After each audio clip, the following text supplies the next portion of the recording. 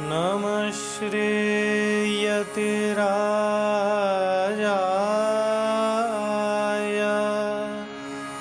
विवेकानन्दसूरये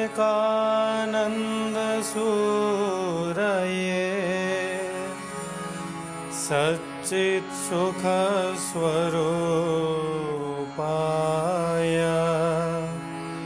स्वामिने तापहारिणे स्वामिने तापहारिणे।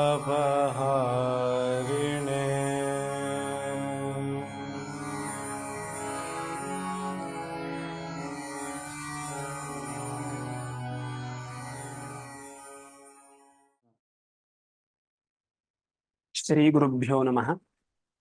मायाकल्पित मात्रता मुखमृषाद्वैत प्रपंचाश्रयः सत्यज्ञान सुखात्मक श्रुतिशिखोत्थाखण्डधीगोचरः मिथ्याबन्ध विधूननेन परमानन्दैकतानात्मकं मोक्षं प्राप्त इव स्वयं विजयते विष्णुर्विकल्पोज्झितः।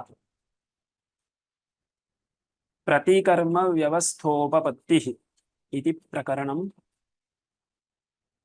अस्माभिः अद्य आरभ्य पठनीयं वर्तते। प्रतिकर्म व्यवस्था इत्यस्य सरलया भाषया अर्थः वक्तव्यः चेत् प्रतिज्ञानं विषय व्यवस्था। देवदत्तस्य यदा घटेन्द्रिय सन्निकर्षो भवति तदानीं देवदत्तस्यैव घटविषयकं ज्ञानं जायते, यज्ञदत्तस्य ज्ञानं न जायते, न वा देवदत्तस्य पटविषयकं ज्ञानं जायते। देवदत्तः घटं जानाति इत्युक्ते यज्ञदत्तेन तज्ज्ञातुं न शक्यते। तर्हि प्रतिज्ञानं विषयव्यवस्था काचित् वर्तते, सा कथम् उपपादनीया इति प्राचीनानाम् आचार्याणां बहुधा प्रयत्नः वर्तते। तत्र प्राचीनैः आचार्यैः तदुपपादनार्थं काश्चन प्रक्रियाः कल्पिताः सन्ति, किन्तु प्रतिकर्म व्यवस्था नैव उपपद्यते इति न्यायामृतकारैः आक्षेपः क्रियते। प्रतिकर्म व्यवस्था नाम प्रतिज्ञानं विषय व्यवस्था। कर्म इति पदस्य विषयः इत्यर्थः। ज्ञानस्य कर्म इत्युक्ते ज्ञानस्य विषयः इत्यर्थः। प्रतिज्ञानं विषय व्यवस्था भवति येन विषयेण सह यस्य पुरुषस्य यदा इंद्रिय सन्निकर्षो वर्तते तदा तस्यैव पुरुषस्य तद्विषयकमेव ज्ञानं जायते इति अवश्यं स्वीकर्तव्यम्, अन्यथा महती अव्यवस्था स्यात्। मया अद्वैत सिद्धिः पठिता चेत् भवद्भिरपि ज्ञातुं शक्येत, किन्तु तथा नास्ति। मया पठिता चेत् मयैव ज्ञातुं शक्यते, भवद्भिः अर्थः ज्ञातव्यः चेत् भवद्भिरपि सिद्धिः पठनीया भविष्यति इति या व्यवस्था अस्ति। तत्तत्पुरुषीय ज्ञानं कदा जायते, कथं जायते इति सर्वापि एका व्यवस्था भवेत्। सा व्यवस्था उपपादनीया। तदर्थं याः प्रक्रियाः सन्ति तासु दोषोद्भावनं न्यायामृतकारैः क्रियते। तस्य दोषस्य समाधानं सिद्धिकारैः कर्तव्यं। तदर्थं प्रतिकर्म व्यवस्थोपपत्तिः इति एकं प्रकरणं वर्तते। ह्यः अहम् इदम् उक्तवान्। अस्य प्रकरणस्य गतिः कीदृशी वर्तते? आदौ तावत् स्वकीया प्रक्रिया संक्षेपेण निरूप्यते, पश्चात् आक्षेपाणां समाधानार्थं यत्नः क्रियते, अन्ते तु निष्कर्षः सिद्धान्तः प्रतिष्ठाप्यते। इदं दीर्घं प्रकरणं वर्तते। सप्ताहद्वयम् अपि कदाचित् अपेक्षितं स्यात्। पश्यन्तु, तत्र आरम्भः कीदृशः? प्रतिकर्म व्यवस्था नोपपद्यते इति न्यायामृतकारैर्वक्तव्यम्। कुतः इत्युक्ते वेदान्तिभिः विश्वस्य आध्यासिकत्वम् अङ्गीकृतम्, प्रपञ्चस्य मिथ्यात्वम् अङ्गीकृतम्, प्रपञ्चः आरोपितः इति अङ्गीकृतम्। यथा शुक्तिरूप्यम् इदमि आरोपितम्, इदमवच्छिन्न चैतन्ये वा आरोपितम्, तद्वत् प्रपञ्चोऽपि वस्तुनि ब्रह्मणि आरोपितो वर्तते इति वेदान्तिभिः उच्यते।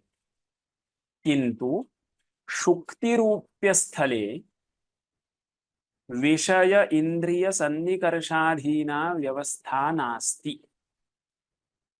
शुक्तिरूप्यस्थले विषयेन्द्रिय सन्निकर्षाधीना व्यवस्था कुतो नास्ति इत्युक्ते शुक्त्यवच्छिन्न चैतन्य आवारकम् अज्ञानम् एव विषयाकारेण ज्ञानाकारेण च युगपत् परिणमते। युगपत् परिणमते इति अस्माकं प्रकृते विवक्षितः अंशः। विषयस्य प्राक् उत्पत्तिर्वर्तते, पश्चात् तेन विषयेण सह इन्द्रियसन्निकर्षो भवति, तत्पश्चात् रूप्यविषयकं प्रत्यक्षज्ञानं जायते इति प्रक्रिया नास्ति। रूप्यस्य रूप्यज्ञानस्य च युगपदुत्पत्तिर्वर्तते इत्युक्ते ज्ञानोत्पत्तेः प्राक् विषयस्य सत्ता नाङ्गीक्रियते। ज्ञानोत्पत्तेः प्राक् विषयस्य सत्ता यदि भवति तर्हि विषयेण सह इन्द्रियसन्निकर्षः तदेव ज्ञानं प्रति कारणम् इत्यादि प्रक्रिया वक्तुं शक्यते। किन्तु प्रातिभासिकस्थले इदं वक्तुमेव न शक्यते।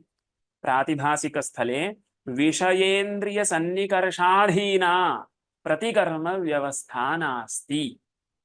प्रातिभासिकस्थले विषय इंद्रिय सन्निकर्षाधीना प्रतिकर्म व्यवस्था नास्ति इत्यत्र किं कारणं? विषयस्य ज्ञानस्य च युगपद उत्पत्तिरेव कारणम्। विषयस्य यदि प्राक् उत्पत्ति स्यात्, ज्ञानोत्पत्तेः प्राक् एव विषयः उत्पन्नः तिष्ठति इति यदि स्यात् तर्हि तेन सह सन्निकर्षः अपि स्यात्, विषय इंद्रिय सन्निकर्षाधीना व्यवस्था कर्तुं शक्येत, किन्तु तथा नास्ति इति वेदान्तिभिः उच्यते। प्रातिभासिकस्थले विषयेन्द्रिय सन्निकर्षाधीना व्यवस्था नास्ति। तद्वत् प्रपंचस्थले अपि विषयेन्द्रिय सन्निकर्षाधीना प्रतिकर्म व्यवस्था न भवितुम् अर्हति इति न्यायामृतकाराणां तत्र प्रतिज्ञा। कुतः इत्युक्ते भवता शुक्तिरूप्यवत् प्रपंचस्य अपि आध्यासिकत्वम् एव स्वीकृतम्।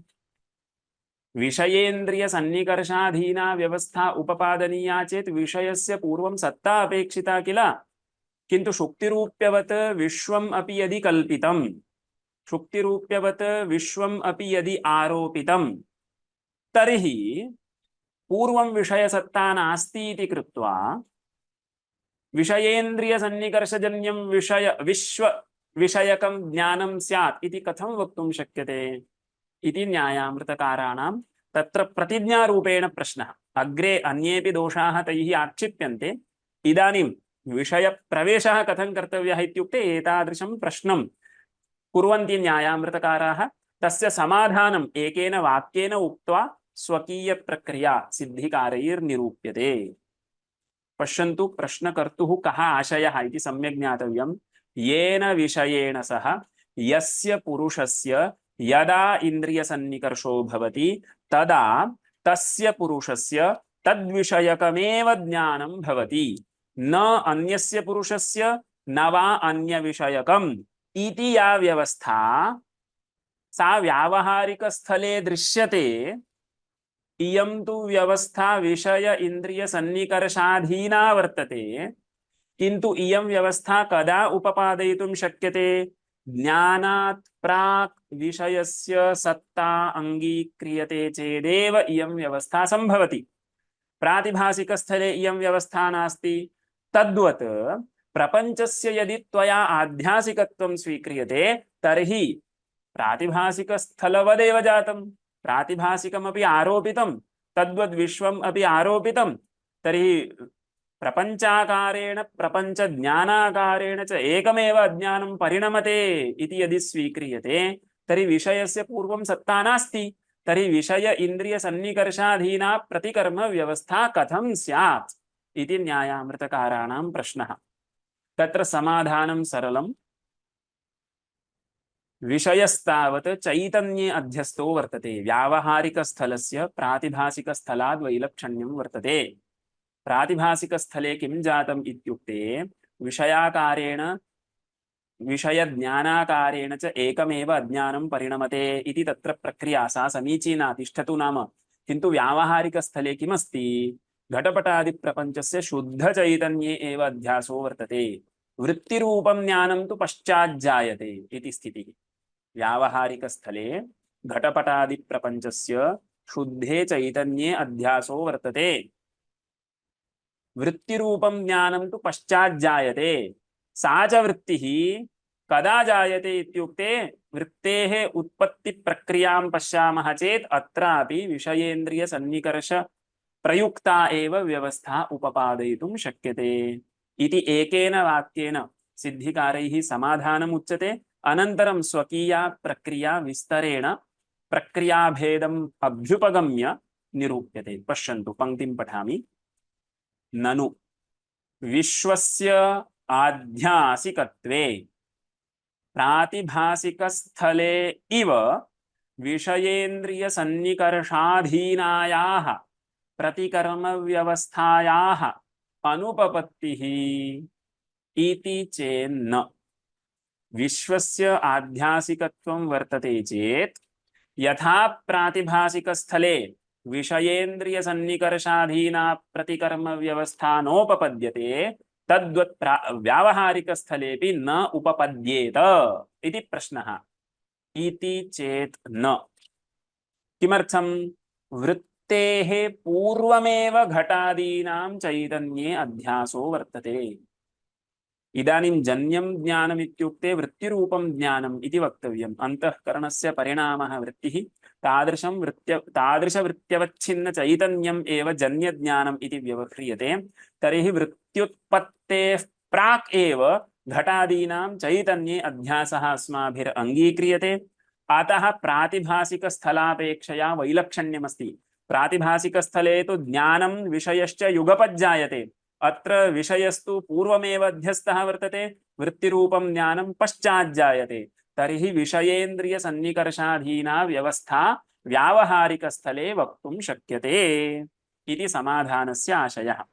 वृत्तेः पूर्वमेव घटादीनां चैतन्ये अध्यासेन प्रातिभासिकस्थलापेक्षया वैलक्षण्यात्। वस्तुतः प्रकरणं समाप्तम् इति वक्तुं शक्यते। इत्युक्ते यः प्रश्नः तस्य उत्तरम् आगतमस्ति, किन्तु इतः परं स्वकीय प्रक्रियायाः मतभेदेन निरूपणम्, अनन्तरम् अवान्तरप्रश्नाः बहवः सन्ति, अतः दीर्घं प्रकरणम् इति वक्तुं शक्यते। इतः परं स्वकीय प्रक्रिया तथा हि इत्यारभ्य।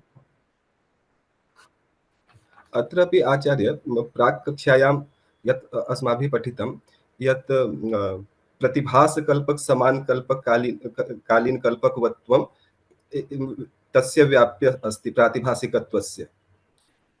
तत् अत्रापि उपयुज्यते।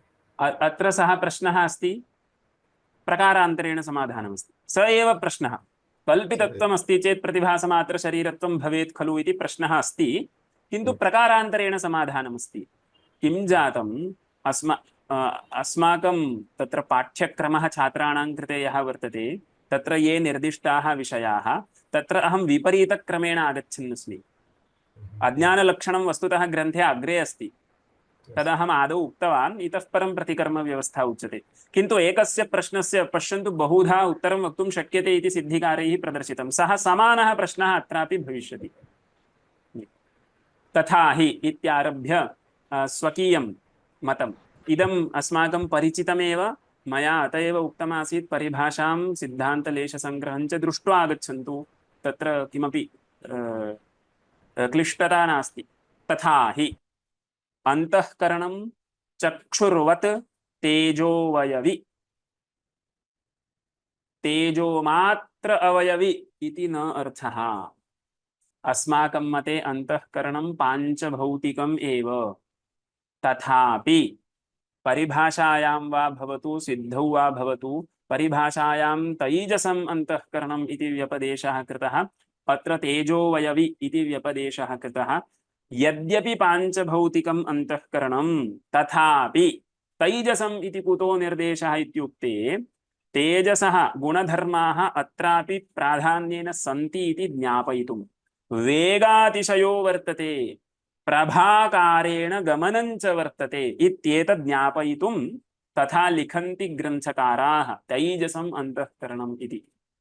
वेगातिशयः विवक्षितः, प्रभाकारेण गमनञ्च विवक्षितम्। प्रभाकारेण गमनम् इत्यस्य कोऽर्थः? यथा प्रदीप प्रभा प्रदीपदेशेऽपि वर्तते, पुरतः विद्यमाने वस्तुनि अपि वर्तते, मध्येऽपि दण्डायमाना वर्तते। तद्वत् अंतःकरणं यदा विषयदेशं गच्छति तदानीम् इदं स्थूलशरीरं त्यक्त्वा सूक्ष्मशरीरं गच्छति इति न आशयः। पश्यन्तु, अंतःकरणं विषयदेशं प्रति गच्छति। यदि तु नैयायिकानां मतम् अनुसृत्य अंतःकरणस्य अणुत्वं स्वीक्रियेत तर्हि अनुरूपं मनः विषयदेशं प्रति गतम्। अस्य कोऽर्थः? इदं यत् स्थूलशरीरं तस्य मरणमेव स्यात्। सूक्ष्मशरीरं यदा स्थूलशरीरं त्यक्त्वा गच्छति तदानीं मरणम् इति खलु उच्यते। तर्हि अत्र मरणं न विवक्षितमस्ति। तर्हि अंतःकरणं गच्छति इत्युक्ते शरीरं परित्यज्य गच्छति इति न अभिप्रायः। प्रभाकारेण गमनम् अत्र वर्तते एव, प्रभाकारेण तत्रापि गच्छति इति। अतः तैजसम् इति तत्र तत्र लिख्यते। अत्रापि चक्षुर्वत् तेजोवयवि तच्च इन्द्रियद्वारेण।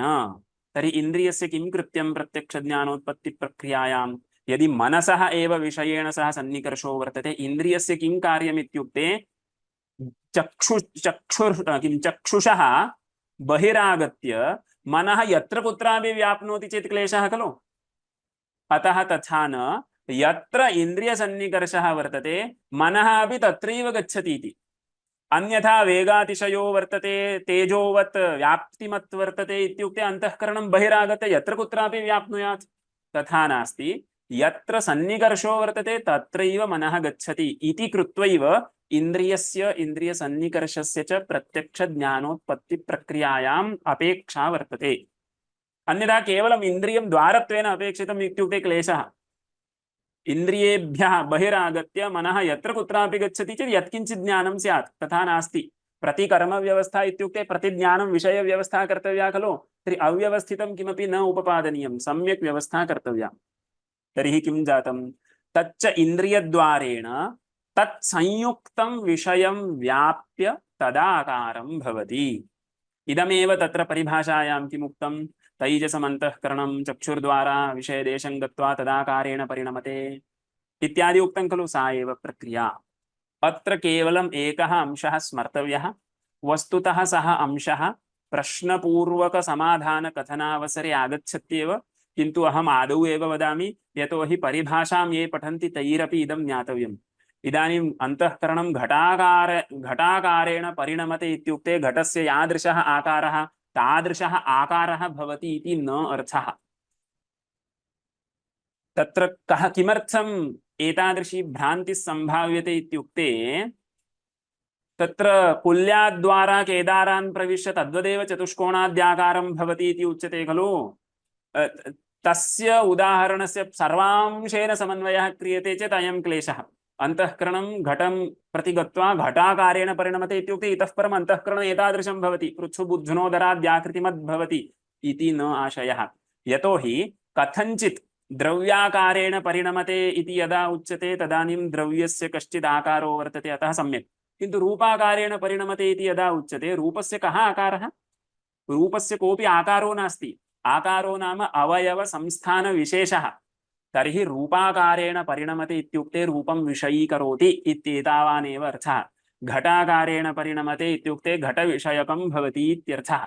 आकाराख्य विषयता इति तत्र नैयायिकानां प्रसिद्धा वर्तते। दृश्यत्वहेतौ वृत्तिव्याप्यत्वम् इत्यत्रापि वृत्तिनिरूपित आकाराख्यविषयत्वम् इति निरूपणमस्ति। अतः आकारः इति विषयत्वस्य आख्या संज्ञा तदाकारं भवति इत्युक्ते तद्विषयकं भवति इत्येतावानेव आशयः। पश्यन्तु, पठामि। तच्च इन्द्रियद्वारेण तत्संयुक्तं विषयं व्याप्य तदाकारं भवति। यथा इत्यारभ्य पुनः अस्माकं प्रसिद्धः दृष्टान्तः। यथा नद्याद्युदकं प्रणाड्या निसृत्य केदाराद्याकारं भवति तथा फुल स्टॉप इति अपेक्षितं। केषुचित् पुस्तकेषु तत्र तथा इति नास्ति, फुल स्टॉप इति नास्ति, अग्रे किमपि अन्यत् लिखितं, तथा मास्तु। यथा नद्याद्युदकं प्रणाड्या, प्रणाडिः इत्युक्ते कुल्याद्वारा इति अस्ति खलु, तदेव प्रणाड्या निसृत्य केदाराद्याकारं भवति तथा सैव वृत्तिरित्युच्यते। सः परिणामः यः वर्तते सः परिणामः एव वृत्तिः इति उच्यते। इतः परं प्रक्रियाभेदकथनार्थम् आदौ कथं मतभेदाः सन्ति इति त्रीणि मतानि अत्र निरूप्यन्ते। तत्र जीवचैतन्यम् अविद्योपाधिकं सत् सर्वगतं, कॉमा अंतःकरणोपाधिकं सत् परिच्छिन्नम् इति मतद्वयम्। सम्यक् सर्वेषु mateषु प्रतिकर्म व्यवस्था सम्यक् उपपादनीया इति अस्माकम् आग्रहः अस्ति। तर्हि जीवचैतन्यं सर्वगतम् इति एकं मतं, जीवचैतन्यं परिच्छिन्नम् इति अपरं मतं। सर्वगतम् इति कथं वक्तव्यम्? अविद्यारूप उपाधेः सर्वगतत्वात् तदुपहितं चैतन्यं जीवचैतन्यम् अपि सर्वगतम्। परिच्छिन्नमिति कथं वक्तव्यम्? तत्र उपाधेः अंतःकरणस्य परिच्छिन्नत्वं वर्तते इति कृत्वा तदुपहितं चैतन्यं परिच्छिन्नम्। तर्हि पक्षद्वयम् आगतम्। अविद्योपाधिकं चैतन्यं जीवः इति पक्षः, अंतःकरणावच्छिन्नं चैतन्यं जीवः इति अपरः पक्षः। अविद्योपहितं चैतन्यं जीवः इति पक्षे जीवस्य सर्वगतत्वं वर्तते, अंतःकरणोपहितं चैतन्यं जीवः इति पक्षे जीवस्य परिच्छिन्नत्वं वर्तते। अस्तु, तत्र आद्यं मतं किमित्युक्ते अपरिच्छिन्नं चैतन्यम् अविद्योपाधिकं। तत्र इदं सर्वं कदाचित् चार्ट् रूपेण लिखित्वा स्थाप्यते चेत् स्पष्टप्रतिपत्तिर्भवति, अन्यथा आद्ये द्वितीये तत्रापि आद्ये इत्युक्ते कन्फ्यूजन् सम्भाव्यते, अतः सम्यक् लिखित्वा स्थापयन्तु। इदानीं सर्वगत आद्यः पक्षः इत्युक्ते अविद्योपाधिकं चैतन्यं सर्वगतं चैतन्यं जीवः इति पक्षः। तत्र आद्ये विषयप्रकाशकं जीवचैतन्यम्। आद्यं मतं यद्वर्तते तत्र विषयप्रकाशकं जीवचैतन्यम्। अर्थः जीवचैतन्ये एव विषयः अध्यस्तो वर्तते। जीवचैतन्ये एव विषयः अध्यस्तो वर्तते। जीवचैतन्यं च ज्ञानस्वरूपम् इति कृत्वा स्वाध्यस्तं विषयं प्रकाशयति इति स्थितिः। विषयप्रकाशकं जीवचैतन्यम्। द्वितीये इत्युक्ते अंतःकरणावच्छिन्नं चैतन्यं जीवः स च परिच्छिन्नः इति पक्षे विषयप्रकाशकं जीवचैतन्यं न, किन्तु ब्रह्मचैतन्यं। तत्र विषयः ब्रह्मणि अध्यस्तः वर्तते, ब्रह्मणः अपि ज्ञानरूपत्वं वर्तते इति कृत्वा ज्ञानरूपं ब्रह्म किं करोति? स्वाध्यस्तं विषयं प्रकाशयति। सम्यक् जातम्? आद्ये पक्षे जीवचैतन्यं विषयप्रकाशकम्, द्वितीये पक्षे ब्रह्मचैतन्यं विषयप्रकाशकम्। इदानीम् आद्यस्य पक्षस्य पुनरपि द्वैविध्यं वर्तते। आद्यस्य पक्षस्य पुनरपि द्वैविध्यं वर्तते। कथम्? आद्ये पक्षेपि जीवचैतन्यम् अविद्या अनावृतम् आवृतञ्च। अत्र किञ्चित् श्रद्धया ज्ञातव्यम्। अविद्या आवृतम् अनावृतञ्च इति कथं भवति? तथा न भवति। एतादृशं पक्षद्वयं वर्तते इति। आद्ये पक्षे पुनरपि द्वैविध्यं क्रियताम्।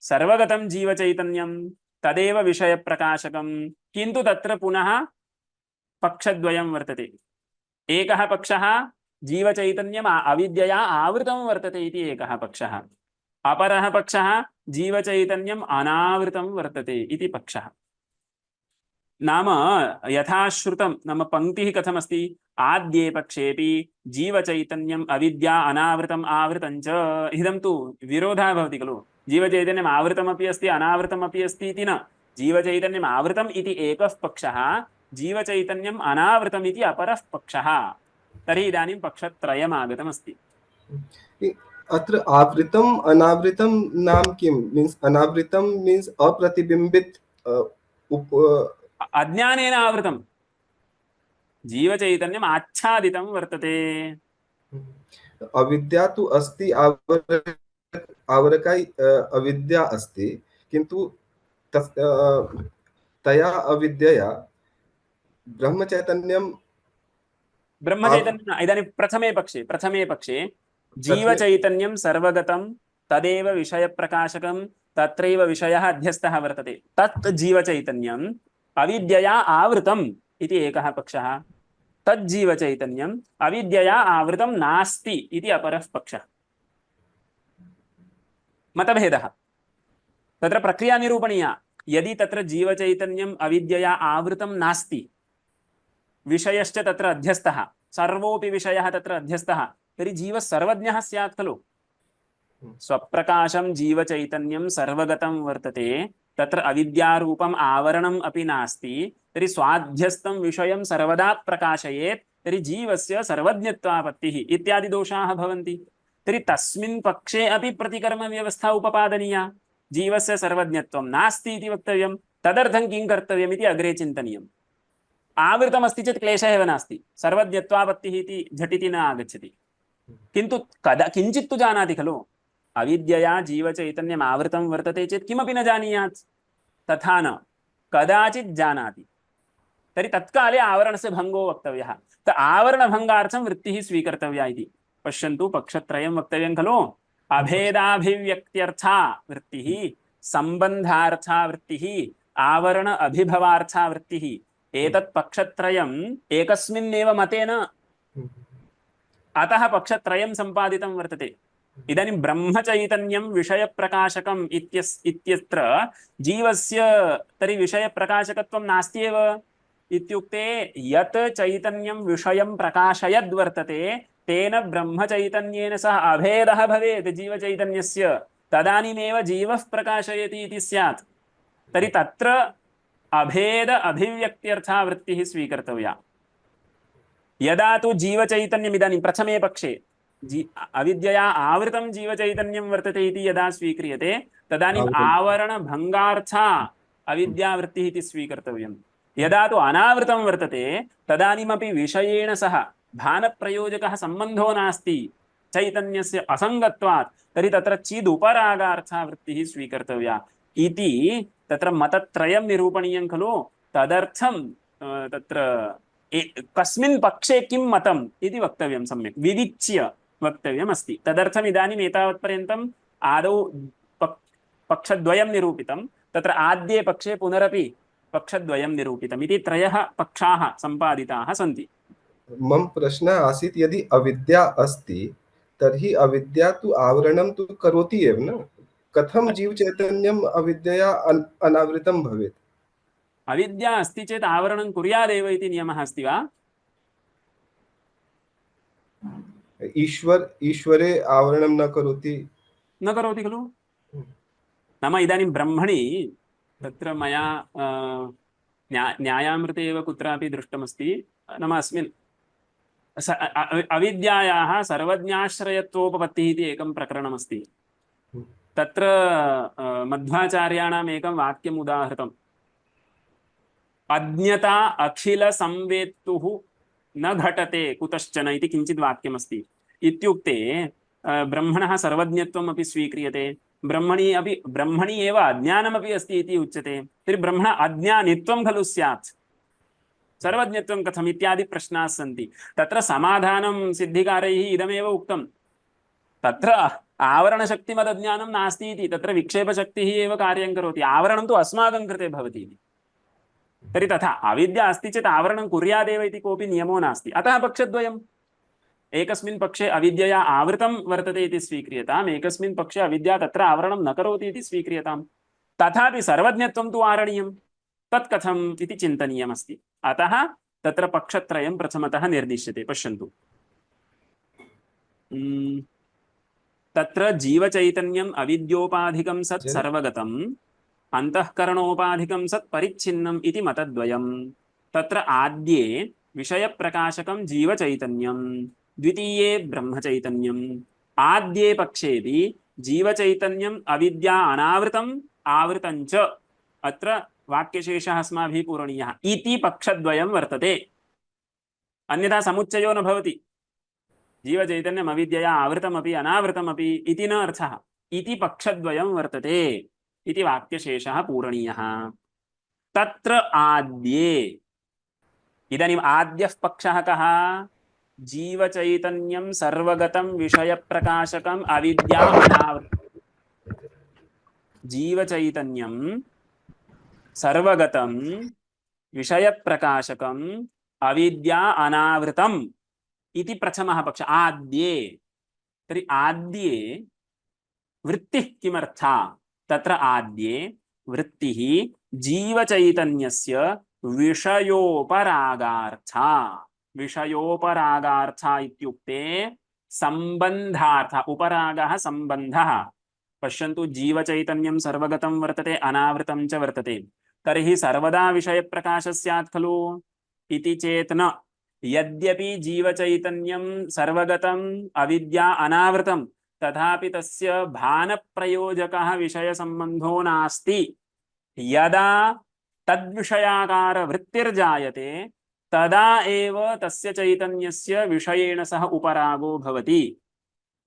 तदानीं तेन चैतन्येन सह विषयः प्रकाश्यते। यद्विषयिणी वृत्तिः जायते तेन विषयेण सह चैतन्यस्य उपरागो भवति, ततः तेन चैतन्येन सह विषयः प्रकाश्यते इति प्रथमे पक्षे सम्बन्धार्था वृत्तिः इति। द्वितीयः पक्षः कः? अविद्योपाधिकं सर्वगतं जीवचैतन्यम् आवृतम् इति द्वितीयः पक्षः। तर्हि तत्र आवरण अभिभवार्था वृत्तिरपेक्षिता। पश्यन्तु, द्वितीये तु आवरण अभिभवार्था जीवचैतन्यं सर्वगतं वर्तते, किन्तु आवृतं वर्तते। आवृतं वर्तते इति कृत्वैव विषयं न प्रकाशयति। तर्हि विषयप्रकाशः कदा स्यात्? यदा आवरणस्य भङ्गः स्यात्। आवरणस्य भङ्गार्थं वृत्तिरपेक्षिता। तर्हि यद्विषयिणी वृत्तिः तद्विषयावच्छेदेन आवरणभङ्गं करोति, अतः सः विषयः चैतन्येन प्रकाश्यते इति स्थितिः। द्वितीये तु आवरण अभिभवार्था। इदानीं तृतीयः पक्षः परिच्छिन्नत्वपक्षः। तत्र किं जातं? विषयप्रकाशकं ब्रह्मचैतन्यं तत्तु अन्यत्, जीवचैतन्यं विषयप्रकाशकमेव न। विषयप्रकाशकं ब्रह्मचैतन्यं, तच्च ब्रह्मचैतन्यं विषयं प्रकाशयदेव वर्तते। किन्तु जीवेन विषयः ज्ञातव्यः चेत् किं कर्तव्यं? यत् चैतन्यं पूर्वमेव विषयं प्रकाशयद्वर्तते, तेन चैतन्येन सह जीवचैतन्यम् अभेदं प्राप्नुयात्। तर्हि अभेदस्य अभिव्यक्त्यर्था वृत्तिः तस्मिन् पक्षे अपेक्षिता इति। परिच्छिन्नत्वपक्षे तु इत्युक्ते तृतीयः पक्षः। परिच्छिन्नत्वपक्षे तु जीवचैतन्यस्य विषयप्रकाशक तदधिष्ठान चैतन्य अभेद अभिव्यक्त्यर्था ब्रह्मचैतन्यं विषयप्रकाशकम्। तर्हि जीवचैतन्यस्य यदा ब्रह्मचैतन्येन सह अभेदो भवेत् तदानीमेव जीवस्य विषयप्रकाशो भवेत्। तर्हि ब्रह्मचैतन्येन सह अभेदस्य अभिव्यक्त्यर्थं तत्तदाकार वृत्तिरपेक्षिता इति कृत्वा अभेदाभिव्यक्त्यर्था वृत्तिः इति अस्मिन् पक्षे। इदं सर्वं सिद्धिकारैः किमर्थम् उच्यते इत्युक्ते विविच्य ज्ञापनार्थं कस्मिन् पक्षे किं मतमिति। अस्माभिः मतत्रयमपि परिभाषायां वा सिद्धान्तलेशसङ्ग्रहे वा पठितं, किन्तु कस्मिन् मते कस्मिन् पक्षे किं का प्रक्रिया योजनीया इति विविच्य अत्र लिखितमस्ति इति जातं। तर्हि पक्षत्रयं जातं, कस्मिन् पक्षे वृत्तेः किं प्रयोजनम् इत्यपि संक्षेपेण उक्तम्। इतः परं किम् इतोपि प्रक्रिया अनुवर्तते। अनावृतत्वपक्षे हि अनावृतं सर्वगतमपि जीवचैतन्यं तत्तदाकारवृत्त्या एव उपरज्यते न तु विषयैः असङ्गत्वात्। पश्यन्तु, जीवचैतन्यं सर्वगतं वर्तते, जीवचैतन्यम् अनावृतम् अपि वर्तते, तर्हि विषयेण सह सम्बन्धः कुतो नास्ति इत्युक्ते चैतन्यस्य असङ्गत्वात्। असङ्गो ह्ययं पुरुषः। तर्हि विषयेण सह संगो भवेत् चेत् वृत्तिद्वारकः एव संगः भवितुम् अर्हति। वृत्त्या एव सम्बध्यते, न तु साक्षात् विषयेण सह। तत्र एकम् उदाहरणम्, इदञ्च उदाहरणं तत्र सिद्धान्तलेशसङ्ग्रहेऽपि उक्तमस्ति इति अहं स्मरामि। नैयायिकानां मते किमपि प्रष्टव्यमस्ति वा? आचार्य, अनावृत चैतन्य पक्षे अपि अविद्यायाः सह चैतन्यस्य सम्बन्धः अस्ति न वा? सम्बन्धः तादात्म्यम् अस्ति एव। अस्ति, तर्हि अविद्यायाः विषयस्य सह सम्बन्धः अस्ति। अविद्या उपादानोपादेय भावो वर्तते। तो विषयस्य विषयाः सह चैतन्यस्य सम्बन्धः तो वर्तते एव। तदेव भानप्रयोजकः सम्बन्धो नास्ति इति। कश्चित् सम्बन्धः वर्तते एव, भानप्रयोजकः सम्बन्धः वृत्त्या एव सम्पाद्यते इति। पश्यन्तु, भानप्रयोजकः सम्बन्धः इदं कथं निरूपणीयम् इत्युक्ते एकम् उदाहरणमस्ति तार्किकाणाम्। आत्ममनस्संयोगः तत्र ज्ञानस्य कारणं। ज्ञानसामान्यसामग्र्याम् आत्ममनस्संयोगः प्रविशति, किन्तु सुषुप्तिकाले ज्ञानं न जायते इति नैयायिकानां तत्र आग्रहः। कुतो न जायते इत्युक्ते मनः तत्काले पुरीतति नाड्यां प्रविशति। तदानीम् अन्यैः प्रश्नः कर्तुं शक्यते, भोः मनः यत्र कुत्रापि प्रविशतु, आत्मनः विभुत्वम् अङ्गीक्रियते न वा? आत्मनः विभुत्वम् अङ्गीक्रियते। विभुत्वं नाम सर्वमूर्तद्रव्यसंयोगित्वं। मनः मूर्तद्रव्यं न वा? मनः मूर्तद्रव्यमेव। तर्हि आत्मनः मनसा सह संयोगः भवेदेव। तत् केवलं तत्र हृदये मनः अस्ति चेदेव संयोगः, पुरीतन्नाडीं प्रविशति चेत् संयोगो नास्ति इति कथं? मनः यत्र कुत्रापि प्रविशतु, किन्तु आत्ममनस्संयोगो भवति चेत् तत्र ज्ञानं जायते एव। तदानीं नैयायिकैः किम् उत्तरमुच्यते? सम्यक्, तत्र आत्मनः विभुत्वसम्पादकः कश्चित् सम्बन्धः संयोगः वर्तताम्, ज्ञानप्रयोजकः सम्बन्धो नास्ति इति तेषां समाधानं। तद्वत् विषयेण सह आत्मनः कश्चित् सम्बन्धो भवतु, ज्ञानप्रयोजकः सम्बन्धस्तु वृत्त्या एव सम्पाद्यते इति विशेषः। तत्र एकम् उदाहरणं सिद्धान्तलेशसङ्ग्रहेऽपि अस्ति, अत्रापि वर्तते। गोत्वम् इति काचित् जातिः। गोत्वं सर्वगतम् इति नैयायिक एकदेशिनां पक्षो वर्तते। गोत्वं सर्वगतम् इति। गोत्वं सर्वगतम् इत्युक्ते अश्वादिव्यक्तौ वर्तते वा इत्युक्ते वर्तते, किन्तु न अभिव्यज्यते। गोत्वस्य अभिव्यक्तिः सास्नादिमद्व्यक्त्या एव, सास्नादिमद्व्यक्त्यवच्छेदेन एव गोत्वम् अभिव्यज्यते, न केसरादिमद्व्यक्त्यवच्छेदेन इति नैयायिकैः यथा स्वीकृतं, तद्वत् चैतन्यस्य सर्वगतत्वेपि वृत्त्या एव भानप्रयोजकः सम्बन्धः विषयेण सह सम्पाद्यते इति स्वीकर्तुं शक्यते। इदमेकम् उदाहरणम्। अन्यदेकम् उदाहरणं किम् इत्युक्ते, इदमपि समीचीनम् उदाहरणं। प्रभायाः घटेन सह संयोगो वर्तते चेत् घटविषयकप्रत्यक्षज्ञानं जायते। घटे विद्यमानं रूपम् अपि ज्ञातुं शक्यते, किन्तु घटे विद्यमानः रसः ज्ञातुं शक्यते वा? न शक्यते। घटे विद्यमानः गन्धः ज्ञातुं शक्यते वा? न शक्यते। इदानीं प्रभासंयोगस्तु किं रूपेण सहैव वर्तते, रसेन सह न वर्तते वा? इत्युक्ते सम्बन्धः, संयोगो न भवति, संयोगः घटेन सह, संयुक्तसमवायः रूपेण सह एव वर्तते वा? गन्धेन सह अपि वर्तते, रसेन सह अपि वर्तते, किन्तु तर्हि सर्वं कुतो न प्रकाशते इत्युक्ते फलबलकल्प्यस्वभावे एव शरणं। स्वभावतः प्रकाशः रूपम् एव अभिव्यनक्ति, न तु गन्धं वा रसं वा। तेन संयोगः अस्तु, यतोहि रसः अन्यत्र कुत्रापि नास्ति, घटे एव वर्तते। तथापि घटगतं रूपमेव प्रकाशितं भवति, रसः कुतो न प्रकाशितो भवति इत्युक्ते सः प्रकाशस्य स्वभावः। गोत्वं सास्नादिमद्व्यक्त्या एव अभिव्यज्यते, न केसरादिमद्व्यक्त्या। एवमेव प्रदीपप्रभा सर्वव्यापिनी चेदपि रूपम् एव प्रकाशयति, न तु रसगन्धादिकं प्रकाशयति इति अत्र उदाहरणानि उक्तानि सन्ति। पश्यन्तु। अनावृतत्वपक्षे हि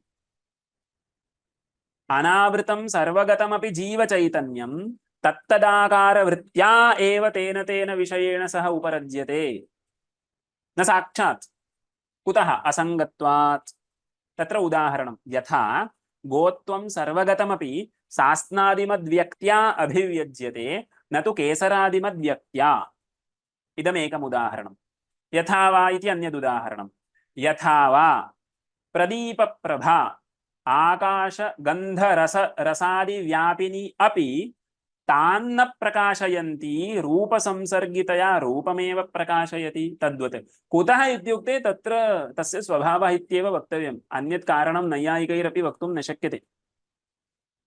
तदानीं अन्यदपि एकम् उदाहरणमस्ति। केवल अग्नि अदाह्यस्यापि अयः पिंडादि समारूढ़ अग्निदाह्यत्ववच्च इति अन्यदपि एकम् उदाहरणमस्ति। इदानीं केवलाग्निः इति कः इति आदौ ज्ञातव्यम्। स्वरूपेण काष्ठादौ अग्निर्वर्तते, किन्तु अधुना सः अभिव्यक्तो नास्ति। सत्कार्यवादिना तु इदम् अवश्यम् अङ्गीकर्तव्यम्। काष्ठे अग्निः वर्तते, तस्य अभिव्यक्त्यर्थं मन्थनादिकं कर्तव्यं, तत् अनन्तरमेव सः स्वरूपेण अभिव्यज्यते इति अन्यत्। कारणरूपेण तु वर्तते। तर्हि केवल अग्नि इत्युक्ते तादृशः अग्निः स्वीकर्तव्यः। काष्ठस्य अन्तः विद्यमानः अग्निः, सः न दहति। कुतो न दहति? कदा दहति? यदा स एव अग्निः इन्धनम् आरूढो भवति, तदानीं सः दहति। यावत्पर्यन्तम् इन्धन अनारूढः केवलाग्निः तावत्पर्यन्तं न दहति। स एव यदा इन्धनम् आरूढो भवति तदानीं दहति। एवमेव केवलं चैतन्यं विषयं न प्रकाशयति, वृत्त्युपारूढं तदेव विषयं प्रकाशयति इत्यत्र इदम् उदाहरणम् अस्ति। पश्यन्तु।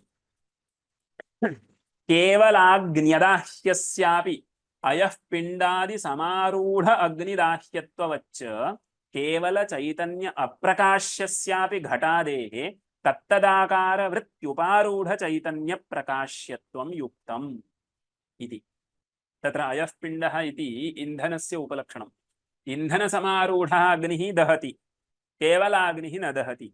तद्वत् केवलं चैतन्यं न प्रकाशयति घटादिकं।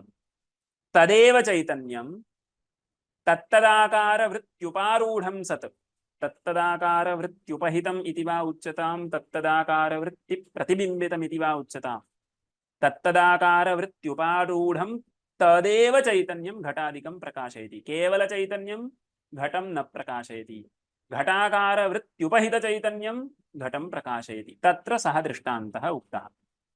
एवञ्च इदानीं तत्र निगमनं, स्वकीयमतस्य निगमनम्। एवञ्च अनावृतत्वपक्षे तत्तदाकार वृत्तिद्वारा चैतन्यस्य तत्तदुपरागे तत्तदर्थ प्रकाशः। सम्यक्। इयमेव प्रतिकर्म व्यवस्था इति। कदा घटस्य प्रकाशः, कदा पटस्य प्रकाशः? यदा घटाकार वृत्तिः तदानीं घटस्य प्रकाशः। सम्यक्। तत्तदाकार वृत्तिद्वारा चैतन्यस्य तत्तदुपरागे तत्तदर्थ प्रकाशः इति एकं मतं जातम्। इदानीम् आवृतत्वपक्षे किं कर्तव्यम्? आवरणभङ्गार्था वृत्तिः इति वक्तव्यं। तत्र किम् उच्यते? आवृतत्वपक्षे तत्तदाकारवृत्त्या तत्तद्विषयावच्छिन्न चैतन्य आवरण अभिभवेन तत्तदर्थ प्रकाशः। आवरणस्य भङ्गः इति यद्यपि पदं प्रयुज्यते, किन्तु आवरणस्य अभिभवः इति अधिकम् उचितं पदं वर्तते। आवरणं सर्वांशेन नष्टम् इति कथनापेक्षया यदा वृत्तिर्वर्तते तदानीम् आवरणम् अभिभूतम् इति समीचीनः प्रयोगः भवति। अभिभवः अन्यः, नाशः अन्यः। अभिभवः कीदृशः इति तु बहूनि उदाहरणानि उक्त्वा सिद्धिकारैः उच्यते एव। सर्वाणि अपि उदाहरणानि सिद्धान्तलेशसङ्ग्रहस्य चतुर्थे परिच्छेदे जीवन्मुक्तिनिरूपणावसरे उक्तानि एव। नूतनः विचारः कोऽपि नास्ति अत्र।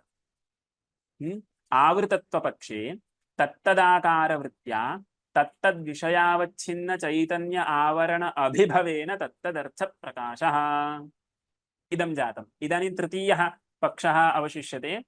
जीवचैतन्यं परिच्छिन्नं ब्रह्मचैतन्यमेव विषयप्रकाशकं, तर्हि ब्रह्मणा सह अभेदाभिव्यक्त्यर्था वृत्तिः इति पक्षः अस्ति। तस्य निगमनम् अन्तःकरणावच्छिन्न चैतन्यरूपत्वे जीवस्य अवच्छेदक अंतःकरण तत्तद्विषयाकारवृत्त्या तत्तद्विषयावच्छिन्न चैतन्याभिव्यक्तौ तत्तत्प्रकाशः।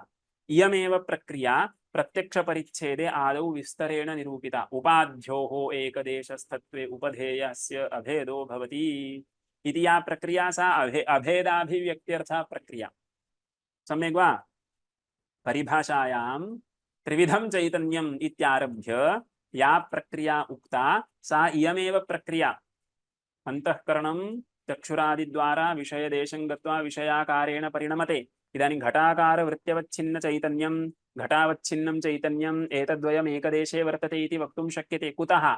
उपाध्योः घट तदाकार वृत्त्योः एकदेशस्थत्वात्। उपाध्योः एकदेशस्थत्वम् अस्ति चेत् उपधेय अभेदः व्यवहर्तुं शक्यते इति। अंतःकरणावच्छिन्न चैतन्य रूपत्वे इत्युक्ते जीवस्य अंतःकरणावच्छिन्न चैतन्य रूपत्वे अवच्छेदक अंतःकरण तत्तद्विषयाकार वृत्त्या तत्तद्विषयावच्छिन्न चैतन्याभिव्यक्तौ तत्तत्प्रकाशः इति पक्षत्रयमपि संक्षेपेण निरूपितम्। इतोपि एका पंक्तिः अवशिष्टा स्वकीय मत निरूपणे। अनन्तरं प्रश्नः आरभ्यते। यद्यपि प्रकाशकम् अधिष्ठान चैतन्यं सर्वगतं जीवचैतन्यं च अंतःकरणावच्छिन्नं तथापि चैतन्य अभेदेन अभिव्यक्तत्वात् व्यवस्थोपपत्तिः। पश्यन्तु कीदृशी शंका। विषयप्रकाशकं ब्रह्मचैतन्यं तु सर्वगतं वर्तते, अंतःकरणावच्छिन्नं चैतन्यं जीवः इत्यपि वर्तते। इदानीं सर्वगतम् इत्युक्ते अंतःकरणदेशे तद् वर्तते एव इति खलु अर्थः। सर्वगतं ब्रह्मचैतन्यं विषयप्रकाशकम् इत्युक्ते तद् अंतःकरणदेशे वर्तते एव। तर्हि वृत्तिं विनापि प्रकाशो भवतु इत्युक्ते तथा न। व्यवस्था उपपादनीया खलु। जीवस्य सर्वज्ञत्वं वारणीयं खलु। तर्हि यदा यदाकारवृत्त्या चैतन्याभेदः अभिव्यज्यते तदा तद्विषयकप्रकाशः इत्येव व्यवस्था उपपादनीया, अन्या गतिर्नास्ति इति वक्तुं सा पंक्तिः। यद्यपि प्रकाशकम् अधिष्ठान चैतन्यं सर्वगतं कौमा जीवचैतन्यं च अंतःकरणावच्छिन्नं तथापि चैतन्य अभेदेन अभिव्यक्तत्वात् व्यवस्थोपपत्तिः। अन्यथा अव्यवस्था एव। जीवस्य सर्वदा विषय प्रकाशः स्यात् इत्येव आपत्तिः अनुवर्तेत। तथा नास्ति। आचार्य तत्रापि विषय प्रकाशकः विषय अवच्छिन्न ब्रह्मचैतन्यम् एव न। विषयावच्छिन्नं चैतन्यं ब्रह्मचैतन्यमेव तत्। प्रक्रिया निरूपणावसरे विषयावच्छिन्नं चैतन्यम् इत्युच्यते। पाठनावसरे किं पाठयामः? विषयः यस्मिन् चैतन्ये अध्यस्तः तत् चैतन्यं विषयावच्छिन्नं चैतन्यं तद् ब्रह्मैव, अन्यत् न। विषयावच्छिन्न चैतन्य घटावच्छिन्न आकाश हाँ, विषयावच्छिन्नं चैतन्यं किं ब्रह्मैव तत्। किन्तु विषयावच्छिन्न चैतन्य विषय देशे एव वर्तते न। तदस्तु तदस्तु तत्तु अवच्छेदक भेदः अस्ति इति कृत्वा तथा उच्यते। घटावच्छिन्नं चैतन्यम् अन्यत्, पटावच्छिन्नं चैतन्यम् अन्यत्। किन्तु वस्तुतः कुत्र अध्यस्तः घटः? चैतन्य ब्रह्मणि एव खलु। तर्हि ब्रह्मचैतन्यमेव व्यवहारार्थम् अस्माभिः घटावच्छिन्नं चैतन्यं पटावच्छिन्नं चैतन्यम् इति व्यवह्रियते। तत्र अत्रैव अस्ति सिद्धौ कश्चित् श्लोकः अस्ति। स्वेनैव कल्पिते देशे व्योम्नि यद्वद् घटादिकं तथा जीवाश्रया विद्यां मन्यन्ते ज्ञानकोविदाः इति अस्ति। स्वेनैव कल्पिते देशे घटादिकं यथा कल्पितम्। इदानीं घटः कुत्र कल्पितः इत्युक्ते घटावच्छिन्न चैतन्ये। इदानीम् अन्योन्याश्रयः खलु इत्युक्ते अन्योन्याश्रयो नास्ति। घटः शुद्धचैतन्ये एव अध्यस्तः। यदा घटः तत्र अध्यस्तः ततः परं घटावच्छिन्नं चैतन्यमिति व्यवह्रियते तावानेव आशयः तद् ब्रह्मचैतन्यमेव जातं यद्यपि प्रकाशकम् अधिष्ठानचैतन्यं सर्वगतं जीवचैतन्यं च अन्तःकरणावच्छिन्नं तथापि चैतन्य अभेदेन अभिव्यक्तत्वात् व्यवस्थोपपत्तिः इति इतः परं तत्र ननु इयं प्रतिकर्मव्यवस्थानोपपद्यते इत्यारभ्य न्यायामृतकाराणां बहवः प्रश्नाः सन्ति केचन प्रश्नाः सरलाः इति केन अभिप्रायेण मया उच्यते इत्युक्ते तेषाम् उत्तरं झटिति स्फुरति यतोहि परिभाषायामपि तादृशाः प्रश्नाः अस्माभिः पूर्वमेव आलोचिताः सन्ति अद्यैव कक्षायाः तत्र आदौ कल्पितत्वम् अस्ति न वा कल्पितत्वम् अस्ति चेत् प्रतिभासमात्रशरीरत्वं भवेत् इति प्रश्नः पुनरपि अस्ति तस्य प्रकारान्तरेण उत्तरं वर्तते इदं सर्वं तत्र सोमवासरादारभ्य पश्यामः अहं किञ्चित् इतोपि वेगेन वदामि चेत् शक्यते वा अथवा अयं वेगः एव पर्याप्तः इतोपि अधिकः वेगः मास्तु इति भाति वा अधिको वेगो मास्तु अयं वेगः सम्यक् अस्ति अयं वेगः इत्युक्ते तर्हि 29 फेब्रुवरी पर्यन्तं कदाचित् इदमेव प्रकरणम् आगच्छति इत्युक्ते मम निकटे मूलमात्रपुस्तकं वर्तते तत्र 6 पुटानि सन्ति इदानीं यः वेगः अस्ति खलु तत्र मम प्रतिदिनं हाफ् पेज् एव जायते मूलमात्रपुस्तके हाफ् पेज् पश्यन्तु इतोपि कक्षाद्वयं कृत्वा अहं पुनरपि एतादृशमेव प्रश्नं पृच्छामि अयमेव वेगः पर्याप्तो वा अधिकः कर्तव्यो वा तत्काले पुनरपि चिन्तनं कुर्मः अधुना तु अवगम्यते न वा आमां महोदय अवगम्यते अस्तु कोऽपि प्रश्नः अस्ति वा एकः प्रश्नः अस्ति आचार्य प्रतिकर्मव्यवस्थायां विषयस्य वर्तमानत्वम् अस्माभिः स्वीकृतं यदि विषयः अस्मिन् काले न वर्तते तर्हि तस्य प्रत्यक्षत्वं न भवति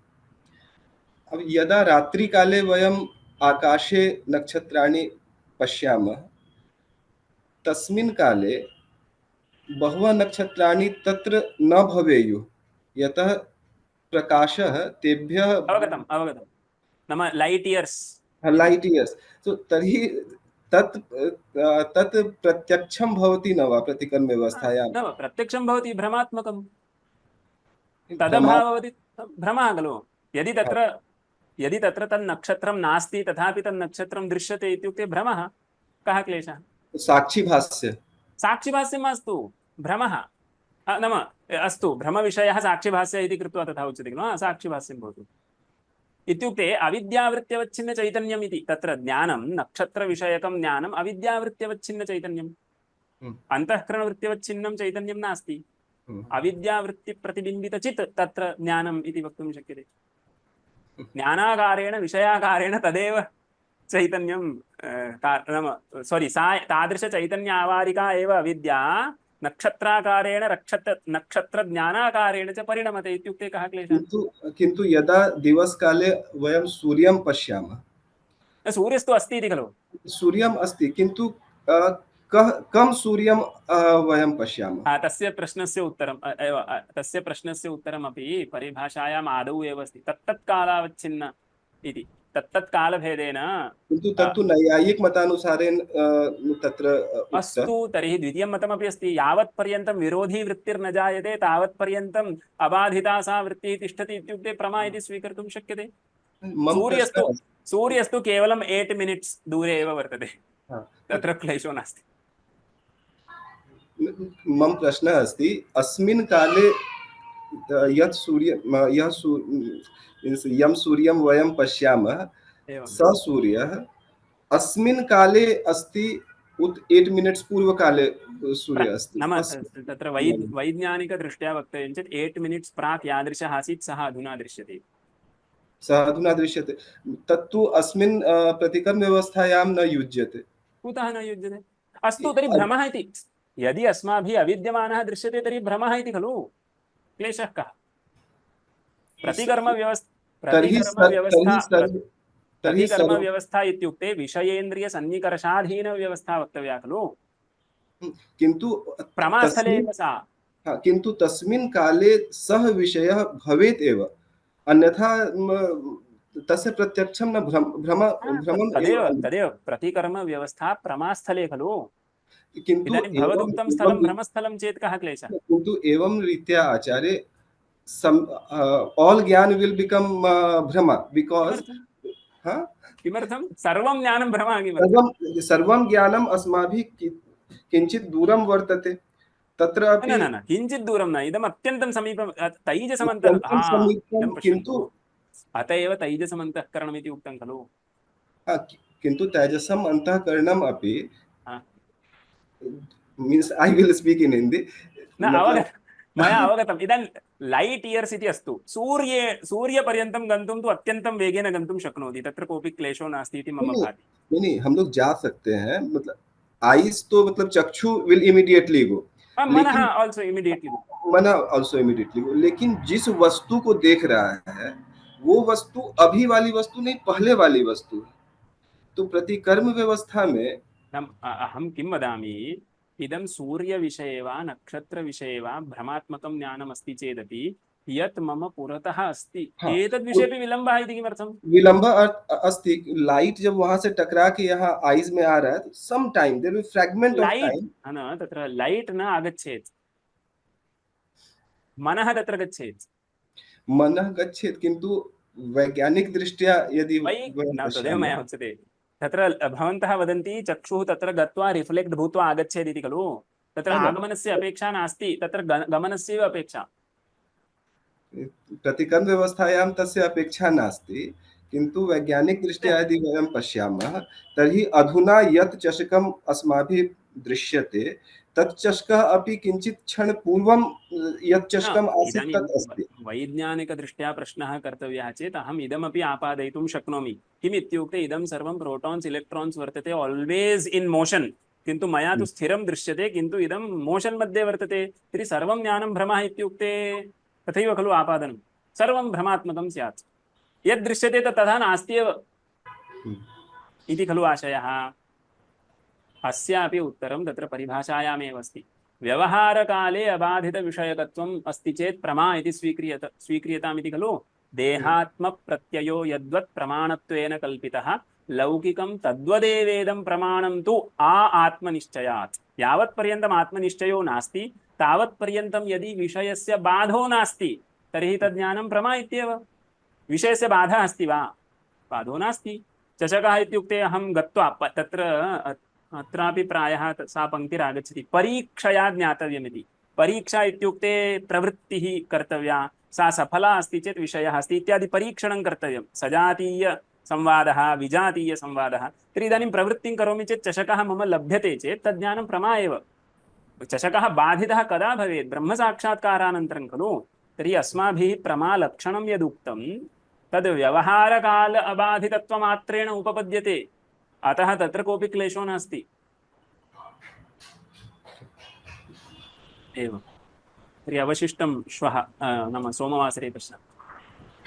मायाकल्पितमातृतामुखं विषाद्वैतप्रपञ्चाश्रयः सत्यज्ञानसुखात्मकः श्रुतिशिखोत्थाखण्डधीगोचरः मिथ्याबन्धविधूननेन परमानन्दैकतानात्मकं मोक्षं प्राप्त इव स्वयं विजयते विष्णुर्विकल्पोज्झितः।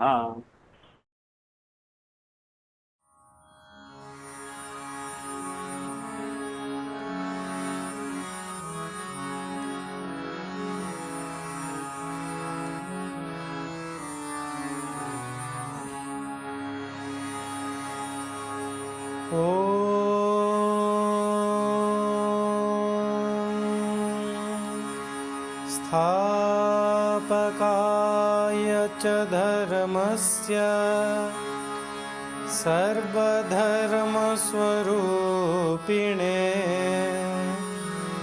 अवतारवरिष्ठाय